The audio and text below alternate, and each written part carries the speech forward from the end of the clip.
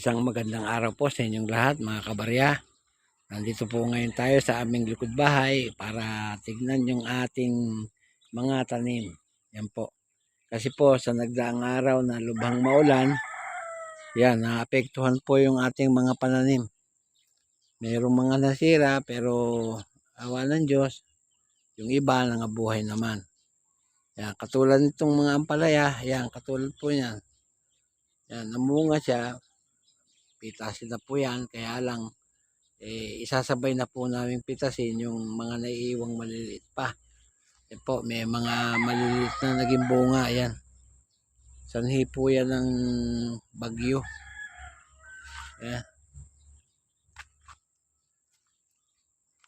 Meron din namang naging bungang malaki. Yan.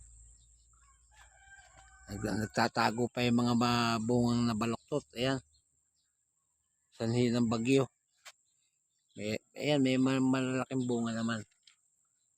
Ayan, dito nakatago yung dalawang malaking bunga. Ayan. Kayo sa labas. Yun. Meron malaking bunga.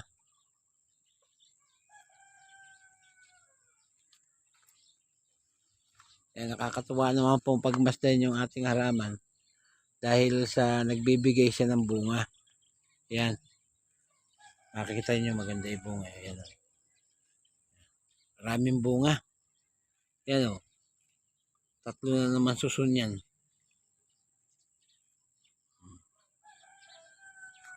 Kaya lang po dahil sa bagyo, nagkabalo-balok yung ibang mga bunga. Sayang nga po. Ayan. Pero ito maganda yung bunga na yan. Ayan.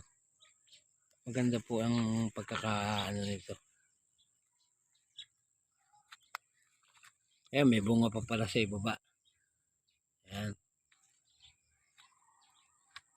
Dito naman po sa talong, yun, aanin namin yung mga unang bunga. Yan, merong mga susunod na bunga. Ewan natin kung magpuprogreso. Yan. Pero sa yung kabilang puno, yan, may bunga na rin po. Malapit-lapit nang pwedeng anihin. Yan. Tapos dito. Kahit pa paano, makakaani na kami sa bunga ng talong uli. Yan. Ito palang isang puno nito. Dalawa naging bunga. Yun. Maganda.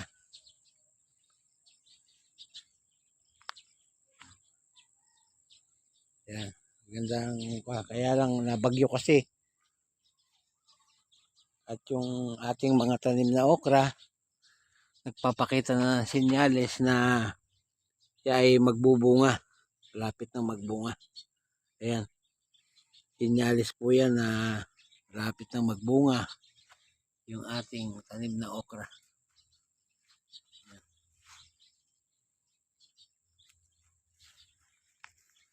Marami po yung tanim na yan.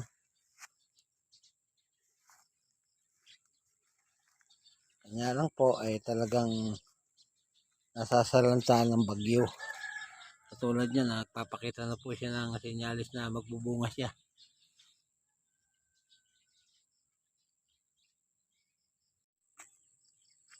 Ayan po.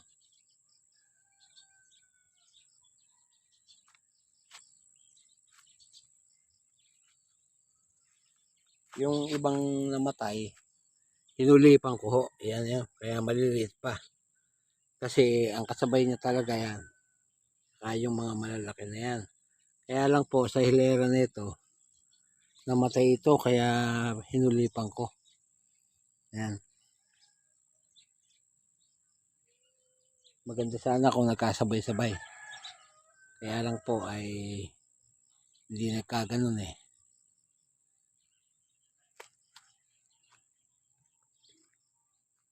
Naghulip din po ako, nagtanim ako ng panibago dito. Para merong kapares yung ano, yan po. Ayan. Itong alugbati natin eh, kahapon naanihan at naulam na yung kanyang mga dahon. Naulam na namin kahapon. Yun nga lang po ang masarap sa may mga tanim. Dahil kapag nangailangan ka ng gulay, pupunta ka na sa likod ng bahay at makakapamitas ka na. Yung kalabasa po, ayun, kasalukuyang nagbubulaklak. Pero po yung bulaklak niya na walang laman, nakukuha po namin.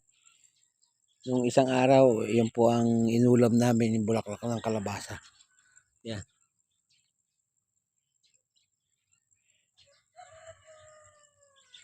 Malapit na rin pong magbunga yan kasi nagiging magulang na yung dahon niya.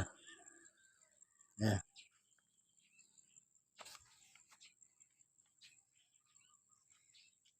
Ito namang sili namin na 3 piraso. Umani na po kami din ng 3. Ngayon may panibagong bunga po. Yan. Ito din po tahimik lang. Pero may bunga siya. Ayun. Yan. Ito may bunga rin. Maganda. Maganda po. Ito maraming bunga oh. Yan. Maraming bunga po siya. Sa susunod, aanin natin siya at magagamit natin na pangrekado sa paksiw. Yan, o kaya sa sinigang na manok o baboy. Yan po. Hanggang dyan na po lamang mga kabarya, yung aking kasiyahan na ibinabahagi sa inyo sa pamamagitan ng aking mga halaman. Yan po. Salamat po sa inyong panonood at walang sawang pagsubaybay sa aking channel. Maraming salamat po at mabuhay tayong lahat.